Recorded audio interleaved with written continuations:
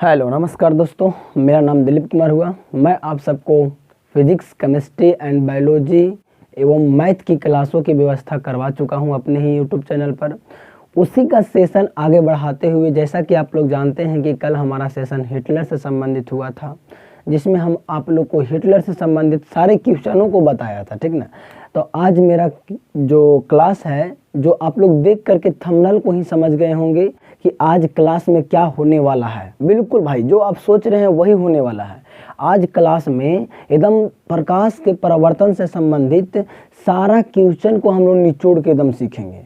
सुनना, अक्सर बच्चे लोग मुझसे कहते हैं कि सर ये प्रकाश के परावर्तन इतना भारी क्यों है। हम उसको कहते हैं कि बाबू भारी नहीं है, बस तुमको समझना जरूरी है। समझ में? तो प्रकाश की परावर्तन है ना बाबू, उसको समझने के लिए तुमको थोड़ा सा दिमाग लगाना पड़ेगा, अब कुछ भी नहीं है, ठीक है। तो देखिए, हाँ, एक बात हम जरूर कहेंगे कि आप लोग यदि थोड़ा सा वीडियो को देखते हैं और उसके बाद छोड़ के काट करके कहीं चले जाते हैं तो उसमें आप नहीं समझ पाइएगा। अच्छा, एक बात बताइए, यदि अगर थोड़ा सा ही देखने से या थोड़ा सा ही दिखाने से हम काम चल जाता तो हम उतना लंबा वीडियो बनाते नहीं ना बनाते।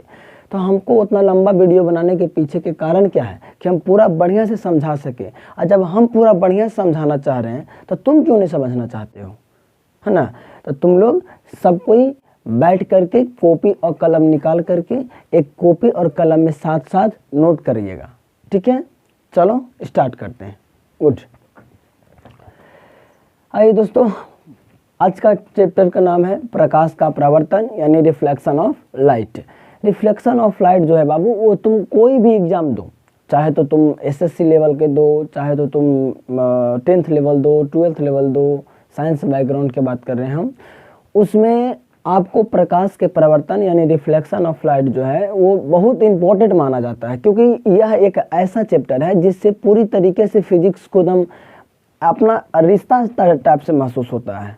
इसीलिए इससे वो ज़्यादा मात्रा में सवाल को पहुंचता है, ज़्यादा मात्रा में सवाल को रखता है, ठीक ना। तो बिना देरी किए हुए हम वीडियो को स्टार्ट करते हैं। बस इतना याद रखना कि यदि तुम कुछ नहीं कर पाए तो दुनिया तुमको याद नहीं करेगी। इसीलिए दुनिया को कुछ दिखाना है तो तुमको पहले कुछ करना पड़ेगा। दुनिया सुनना कम, देखना ज़्यादा चाहती है, इसलिए तुम उसको बोल के नहीं बल्कि करके दिखाओ, ठीक है। चलो मेरे साथ मेहनत करो तुम लोग।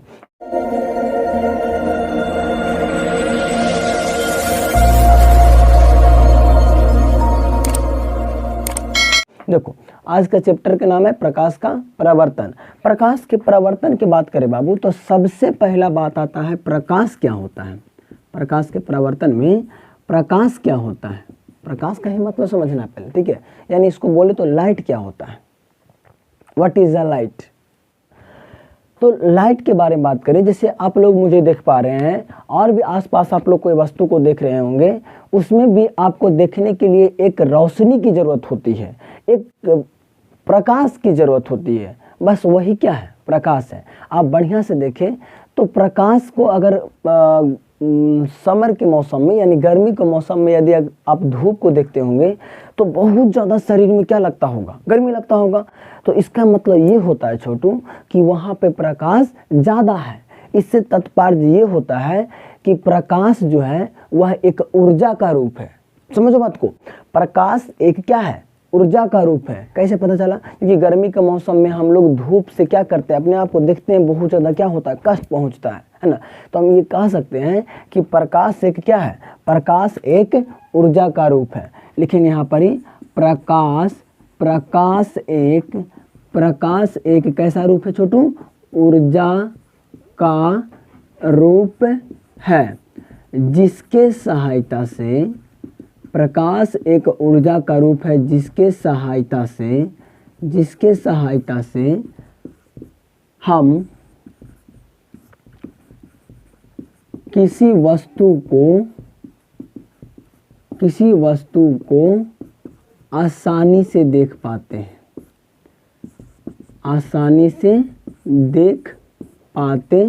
हैं, यानी हम डायरेक्टली शॉर्टकट में बात करें छोटू तो प्रकाश हमें, पहली बात एग्जाम में देखो क्वेश्चन कैसे बनाता है, आप एग्जाम की तैयारी कर रहे हैं, ना कि आप ऐसा ही नॉलेज लेने के लिए आए हैं। पहले आप एग्जाम की तैयारी की बात करते हैं। हम नॉलेज तो देंगे ही, साथ में साथ क्वेश्चन को भी बताएंगे, क्वेश्चन किस आधार पे पूछता है और क्वेश्चन कैसे सेट करता है। ऐसे लिखेगा, बताइए प्रकाश एक किसका रूप है? ऑप्शन नंबर डालेगा ए ऊर्जा का रूप, ऑप्शन नंबर बी डालेगा और भी किसी तरीके का डालेगा। ठीक है, तो आपको समझना पड़ेगा कि हम पहला ही लाइन में क्या आपको बताएं कि प्रकाश एक क्या है? ऊर्जा का रूप है। समझो, प्रकाश एक क्या है? ऊर्जा का रूप है, जिसके सहायता से हम किसी भी वस्तु को क्या कर सकते हैं? आसानी से देख पाते हैं। कोई भी ऐसा वस्तु हो बाबू, उसको आसानी से हम देख पाते हैं। ठीक ना, चाहे तो वो तुम बात करो अपने आसपास के कोई आस पड़ोस या फिर किसी को भी, समझ गए कि होंगे किसको देखने की बात कर रहे हैं। और यदि अगर प्रकाश नहीं रहता नहीं तो आप लोग उसको भी नहीं देख पाते। समझ में? तो प्रकाश हो गया। अब उसके बाद हम लोग प्रकाश के समझ में आया कि नहीं समझ में आया? यदि समझ में आ गया तो कमेंट बॉक्स में ओके लिख दीजिएगा। ठीक है, और दूसरा बात आता है प्रकाश का स्रोत। क्या लाता है? प्रकाश का स्रोत। प्रकाश का स्रोत, देखो प्रकाश का स्रोत क्या होता है, समझो एकदम बढ़िया से समझना छोटू। प्रकाश का स्रोत क्या होता है? Source of light. ठीक ना, प्रकाश का स्रोत। प्रकाश क्या होता है समझा दिए कि प्रकाश एक ऊर्जा का वह, बोलो बोलो वहीं पे बोलो, बोल के देखो, आंख बंद करो और बोलने की कोशिश करो कि क्या है इसमें। ठीक ना, तो प्रकाश एक ऊर्जा का वह रूप है जिसके सहायता से हम किसी भी वस्तु को आसानी से देख पाते हैं या फिर देख सकते हैं। समझ में? अब हमको समझाना है कि प्रकाश का स्रोत क्या है। समझना, एक बात बताओ, छोटा सा बात हम बताते हैं। आपके घर में पैसा की इनकम जो होती होगी उसका भी कोई स्रोत होता होगा कि नहीं होता होगा? जैसे पिताजी ही पैसा कमा के लाते होंगे तो वो भी कुछ करते होंगे। ठीक है, तो हम कह सकते हैं वो पैसा का स्रोत है। जैसे मान लेते हैं आपके पिताजी बिजनेसमैन है तो हम बोलेंगे जो बिजनेस है वो पैसा का क्या है? स्रोत है। यानी हम कह सकते हैं डायरेक्टली कि जिसका हम बात करें अगर वो जहाँ से आ रहा है वही क्या कहलाता है? स्रोत कहलाता है। तो हम यहाँ बात किए हैं प्रकाश का स्रोत है। ठीक है, प्रकाश का स्रोत क्या है? तो हम डायरेक्ट बात करेंगे बाबू कि प्रकाश का स्रोत क्या है। प्रकाश का स्रोत क्या है, इसमें डायरेक्टली आपको समझना है कि जिस स्थान से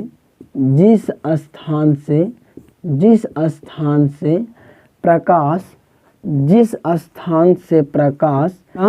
निकलती है उसे क्या कहते हैं? उसे प्रकाश का स्रोत कहते हैं। उसे प्रकाश का स्रोत कहते हैं। ठीक ना, अब इस सब बातों को आप लोगों को समझना चाहिए। ठीक है, एक बार फिर से रिवाइज करो। हम ऊपर में सबसे ऊपर क्या बताए थे? प्रकाश किसे कहते हैं? तो प्रकाश एक ऊर्जा का वह रूप है जिसके सहायता से हम किसी भी वस्तु को आसानी से देख पाते हैं। गुड। ठीक है, दूसरा क्वेश्चन ये था बाबू कि प्रकाश का स्रोत क्या है? तो जिस वस्तु से या जिस स्थान से या जहां से भी प्रकाश निकलती है बस वही क्या कहलाता है? प्रकाश का स्रोत कहलाता है। प्रकाश का स्रोत कहलाता है। ठीक ना, अब आपको समझना है कि प्रदीप्त वस्तु क्या होता है और अप्रदीप्त वस्तु क्या होता है। ठीक ना, हम एक कड़ी से समझा रहे, ये मत समझना कि सर ऐसे छोड़ के जा रहे हैं। छोड़ के नहीं जा रहे, हम एक कड़ी से समझा रहे हैं। ठीक ना, अब समझने की तुम कोशिश करो। अब तुम समझने की कोशिश नहीं करेगा तो थोड़ी ना कुछ हो सकता है। ठीक ना, अब तुमको समझना, दूसरा को थोड़ी समझना है। यदि तुम लोग इसको कर लिए हो तो नोट करना या फिर स्क्रीनशॉट ले लेना। ठीक है, हम इसको मिटाते हैं।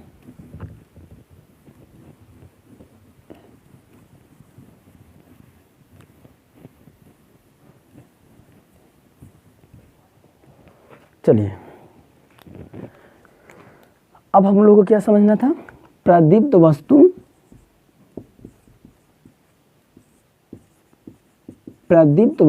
और अप्रदीप्त वस्तु। अब इसको समझो, प्रदीप्त वस्तु या अप्रदीप्त वस्तु। समझो मेरे भाई, समझो बढ़िया से बाबू, समझो। ठीक है, प्रदीप्त वस्तु के मतलब क्या होता है? सबसे पहले बात करेंगे हम कि प्रदीप्त वस्तु। सर आप बताइए नहीं मुझे कि सर प्रदीप्त वस्तु क्या होता है। ठीक है, प्रदीप्त वस्तु क्या होता है? प्रदीप्त वस्तु क्या होता है, समझो प्रदीप्त वस्तु क्या होता है। ठीक है, प्रदीप्त वस्तु समझाने के लिए मुझे क्या करना होगा बाबू, आपको बताना पड़ेगा। एक बात बताओ, प्रदीप्त वस्तु हम उसे कहते हैं वैसा वस्तु जिससे प्रकाश निकलती है। समझो, वैसा वस्तु जिससे प्रकाश निकलती है। जैसे अब आप लोग के सामने बता दें हम, यहाँ लाइट, वहाँ लाइट, इस सब से क्या निकल रहा है, प्रकाश निकल रहा है। प्रकाश निकल रहा है कि नहीं निकल रहा है? अरे आपके भी रूम में लाइट होगा, उससे भी प्रकाश निकल रहा है। तो जिससे प्रकाश निकलती है वो कहलाता है प्रदीप्त वस्तु, और जिससे प्रकाश नहीं निकलती है वो क्या कहलाएगा, अप्रदीप्त। गुड। अरे किसी भी चीज़ में नहीं होगा, बस आ लगा देना, वो कर मतलब हो जाएगा नहीं निकलती है, कुछ भी हो जाएगा। ठीक है, जैसे बोलेंगे शुद्ध, मतलब एकदम प्योर, एकदम शुद्ध है वो। लेकिन बोलेंगे अशुद्ध, मतलब वो शुद्ध नहीं है। आ लगा देता है तो नहीं हो जाता, उल्टा हो जाता है, विपरीत हो जाता है। तो हम बात करें प्रदीप्त वस्तु, तो वैसा वस्तु जिससे क्या होती है, वैसा वस्तु जिससे प्रकाश निकलती है, जिससे प्रकाश क्या होती है, निकलती है। लेकिन बाबू यदि हम यही क्वेश्चन को बात करें अप्रदीप्त में, कि अप्रदीप्त क्या होता है, अप्रदीप्त क्या होता है, अप्रदीप्त वस्तु क्या होता है बाबू, तो हम इसमें कहेंगे कि जिससे प्रकाश क्या होती है, जिससे प्रकाश नहीं निकलती है। वेरी गुड, जिससे प्रकाश नहीं निकलती है, गुड। समझो, जिससे प्रकाश नहीं निकलती है। जब प्रकाश नहीं निकलेगा तो उसे कहेंगे अप्रदीप्त वस्तु, और जब प्रकाश निकलने लगेगा तो कहलाएगा प्रदीप्त वस्तु। यहाँ तक समझ में आ गया बात? क्या समझ पा रहे हो? यदि समझ पा रहे हो तो कमेंट बॉक्स में थंबनेल देके भेजो। ठीक है, आपको एकदम लाइव की तरह फील करना है।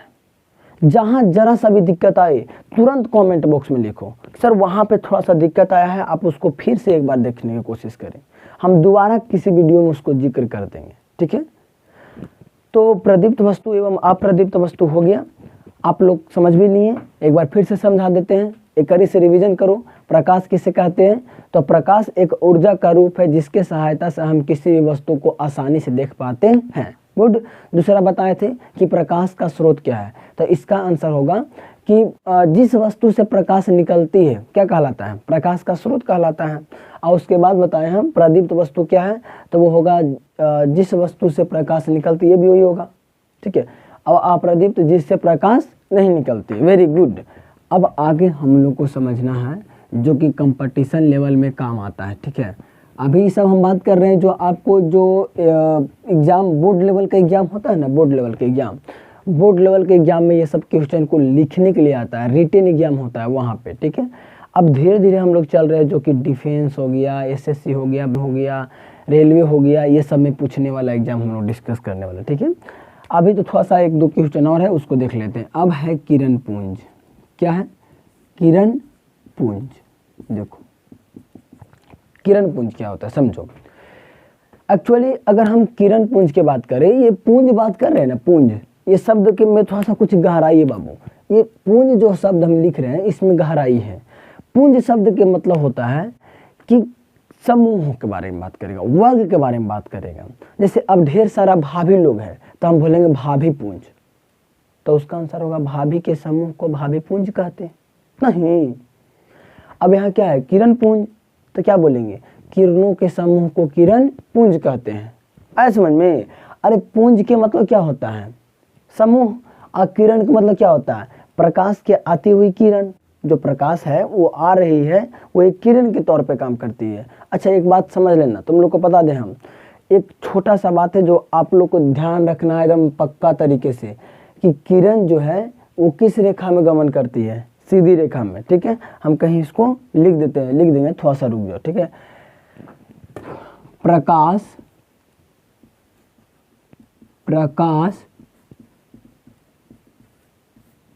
सीधी रेखा में क्या करती है, गमन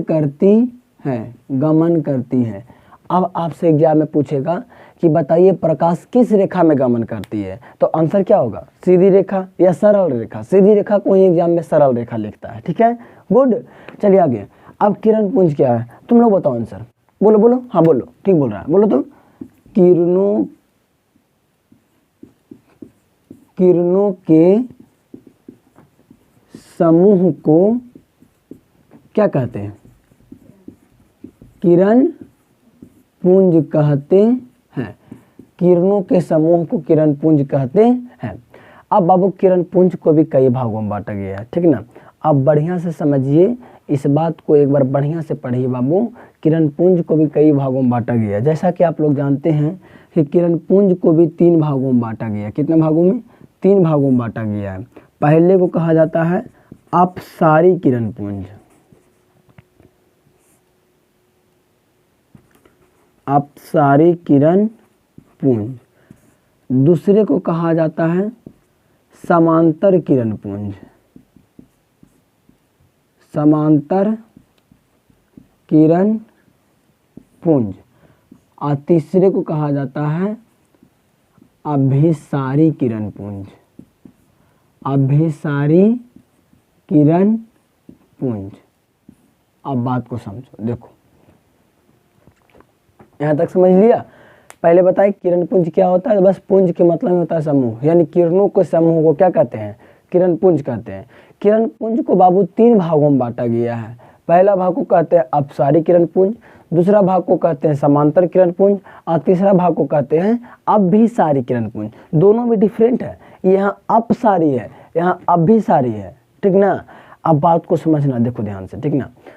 अब इसमें तीनों के बारे में कहेगा, सर बताइए ना आप कि तीनों का मतलब क्या होता है। तीनों के अलग अलग डिफिनेशन होता है, अलग अलग परिभाषा होता है, सबको समझना, ठीक है।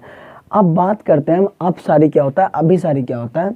यदि कोई भी छोटा सा बिंदु पॉइंट, कोई भी छोटा सा बिंदु पॉइंट यहाँ से प्रकाश निकल कर और एकदम सीधे ऐसे जाता हो, मतलब तिरछे तरीके से ऐसे गुजरता हो इस आधार पर, देख रहे हो ऐसा, तो वो क्या कहलाएगा, अपसारी कहलाएगा। अपसारी कहने का मतलब कि वह छोटा से छोटा बिंदु, जैसे आप लोग देखे होंगे मोबाइल का जो फ्लैश लाइट होता है जिससे हम रिकॉर्ड करें, या फिर जिससे जैसा कि फ़ोन आपके पास भी है, वो मोबाइल का जो फ्लैश होता है बाबू, उसको जला के देखिएगा अंधेला में, तो देखिएगा फ्लैश लाइट थोड़ा सा ऐसे ऐसे जाता है, नीचे की ओर बढ़ेगा, चारों तरफ बढ़ेगा, तो वो कैसा किरण पुंज हो गया, अपसारी किरण पुंज, अपसारी किरण पुंज, ठीक है, अपसारी किरण पुंज, ठीक ना।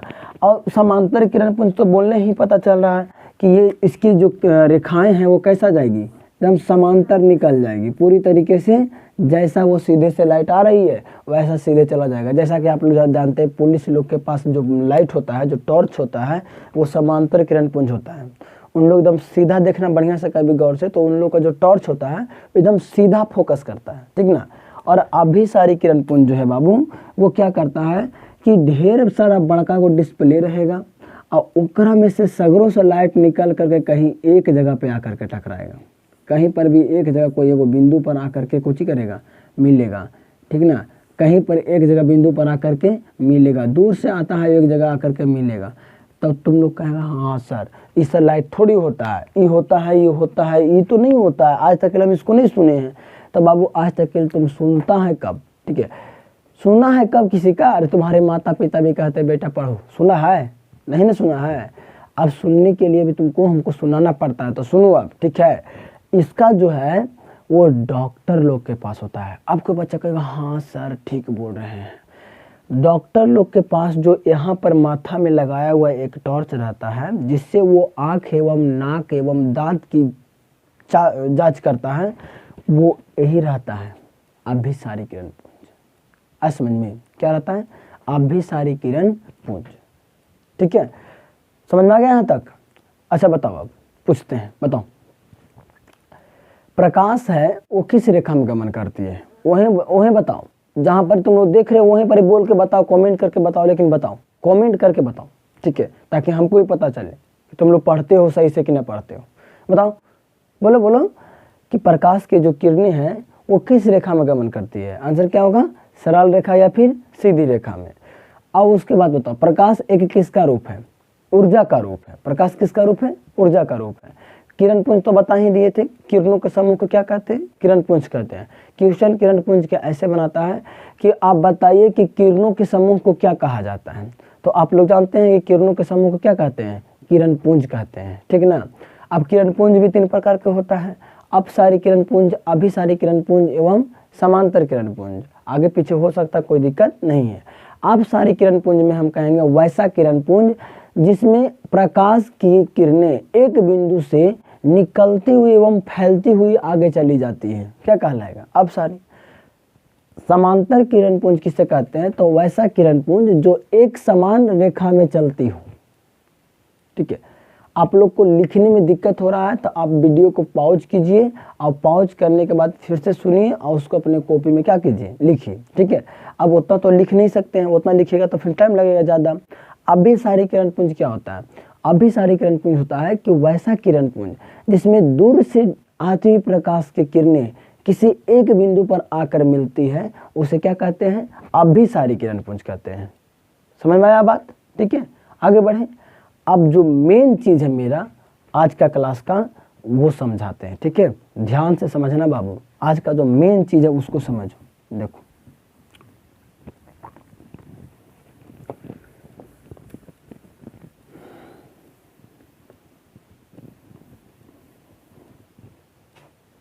समझो, आज के क्लास का जो मेन चीज था वो था ये प्रकाश का परावर्तन। प्रकाश का परावर्तन यानी हम बोले तो प्रकाश के परावर्तन के बारे में हमको आज समझाना था। परावर्तन एक्चुअली में होता क्या है, ठीक है। प्रकाश के परावर्तन एक्चुअली में होता क्या है, अब ध्यान से समझना होता क्या है, ठीक है। समझो, देखो पहले कुछ बेसिक बात बताते हैं, ठीक है ना, क्योंकि एग्जाम में जो ऑब्जेक्टिव लेवल का एग्जाम होता है वो आपको ज़्यादा करके यहीं से उठाता है। पूछेगा कि बताइए आप लोग मुझे कमेंट बॉक्स में एक चीज़ बताइए ना कि आप लोग किस बोर्ड की तैयारी कर रहे हैं? Bihar board, UP board, Haryanvi board, राजस्थानवी बोर्ड, कौन सा बोर्ड की तैयारी कर रहे हैं? ठीक है, जो भी बोर्ड हो आपका, आप एक बार कमेंट बॉक्स में लिख के मुझे बताइए कि आप लोग की तैयारी कैसा चल रहा है, ठीक है। अब देखिए, प्रकाश का जो परावर्तन है उन कितने नियम है, उसका जो है प्रकाश के परावर्तन का कितने नियम है, ठीक ना। एग्जाम में पूछता है, जरा समझिएगा कि प्रकाश का परावर्तन के कितने नियम है, तो आंसर कितना होगा छोटू? आंसर होगा 2 नियम। आंसर कितना? 2 नियम। अब बढ़िया से पढ़िए इसको, इस बात को बढ़िया से समझिए कि प्रकाश के परावर्तन के कितने नियम हैं, तो 2 नियम है। पहला नियम कि आपतित किरण, परावर्तित किरण तथा आपतन बिंदु तीनों एक ही समतल में होता है, ठीक है। आप बढ़िया से इसको समझिए। कोई बच्चा बोलेगा कि आपतित किरण, परावर्तित किरण तथा उस पर गिराए गए अभिलंब तीनों एक ही समतल में होता है, तो ये भी सही माना जाएगा और हम जो बोल रहे हैं वो भी सही माना जाएगा, ठीक है। आप लोग बढ़िया से इस बात को, सॉरी हल्का सा कैमरा हिल गया था मेरा, ठीक है। अच्छा, आइंदा चलो अब फिर से क्लासेस को स्टार्ट करते हैं, ठीक ना। तो क्या बोल रहे थे? प्रथम नियम कि आपतित किरण, परावर्तित किरण एवं आपतन बिंदु, आपतित किरण, परावर्तित किरण तथा आपतन बिंदु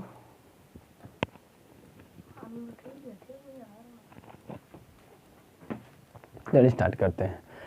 आपतित किरण, परावर्तित किरण तथा आपतन बिंदु तीनों आपस में एक ही समतल में होता है। इन्हें बताए हैं, तीनों आपस में क्या होता है? एक ही समतल में होता है। उसे क्या कहते हैं?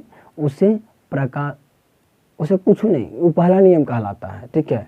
और दूसरा नियम क्या कहलाएगा कि आपतन कौन की जाया और परावर्तन कौन की जाया आपस में क्या होती है? बराबर होती है। क्या सर ये बोल के समझेला, हमारा समझ में ना आवा हो। अब देखना बोर्ड पर, समझो, देखो ये 2 नियम होता है, जानवे करते हो आप। बोर्ड को समझो।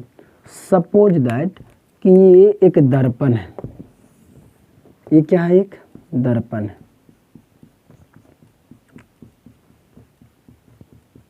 दर्पण में समझते हो, देहाती भाषा में इसको आईना बोला जाता है। अब इसमें जितना तिरछा प्रकाश आएगा उतना ही तिरछा लौट जाएगा, ठीक है। जितना तिरछा प्रकाश आती है उतना ही तिरछा क्या हो जाती है? लौट जाती है। और इसी के बीच में एक किरण आती है जिसको कहा जाता है अभिलंब। सबका नाम लिख दे एक बार हम, ठीक है, सबका नाम एक बार लिख देते हैं। जहाँ पे तीनों मिल रहा है वहाँ पर ही वो कहलाता है, और इसका नाम है अपतन बिंदु। क्या नाम है? अपतन बिंदु। अपतन बिंदु। ये किरण आ रही है तो इसको बोलेंगे अपतित किरण। अपतित किरण। अपतित किरण। ये किरण टकरा करके उधर जा रही लौटती हुई है तो इसको बोलेंगे परावर्तित किरण। परावर्तित किरण। परावर्तित किरण। और ये दोनों आपतित किरण परावर्तित किरण के बीच में है तो इसको बोलेंगे अभिलंब। क्या बोलेंगे छोटू? बोल के बताओ। अभिलंब। अभिलंब। ठीक है, अभिलंब क्या होता है? अपतित किरण क्या होता है? परावर्तित किरण क्या होता है? सर अपतन बिंदु क्या होता है? वो सब बताएंगे बाबू। पहले ये समझो कि ये किरण जो आ रही है उसको बोलेंगे अपतित किरण, और जो लौट कर जा रही है उसको बोलेंगे परावर्तित किरण, और जहाँ पर किरण आ करके टकराई थी उसको बोलेंगे अपतन बिंदु। और अपतित किरण और परावर्तित किरण के बीच वाली रेखा को अभिलंब कहा जाता है। बस इतना ही समझो, ठीक है, और अभी कुछ नहीं समझो, बस इतना ही समझो, ठीक ना।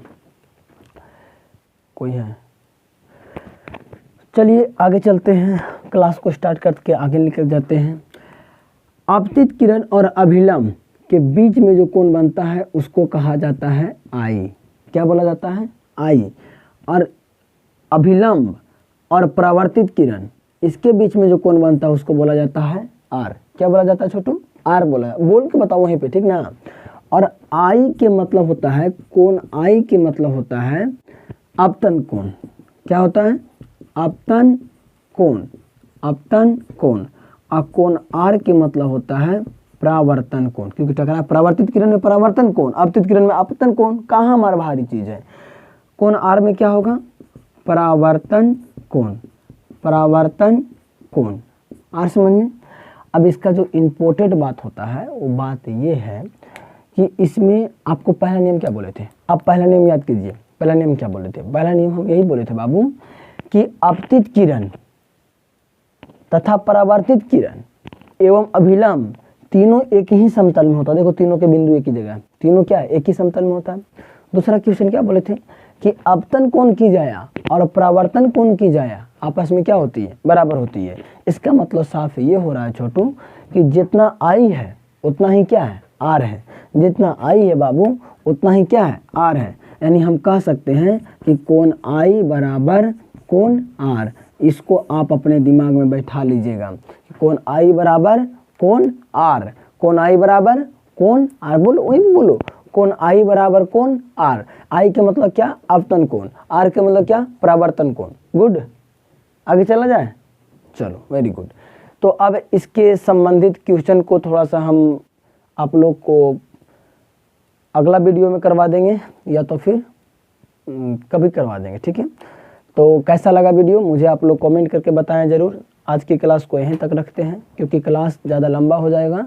कैसा वीडियो लगा आप लोग मुझे ज़रूर कमेंट करके बताएं। हाँ, यदि वीडियो अच्छा लगा ना तो प्लीज़ मेरे चैनल को क्या कीजिए? सब्सक्राइब कर लीजिए, ताकि मुझे भी मोटिवेशनल मिलते रहे कि मुझे अच्छा काम कर रहे हैं। और आप लोग भी क्या कीजिए? आप लोग भी सब्सक्राइब कीजिएगा तो क्या जाएगा आपका? कुछ जाएगा? कुछ नहीं जाएगा।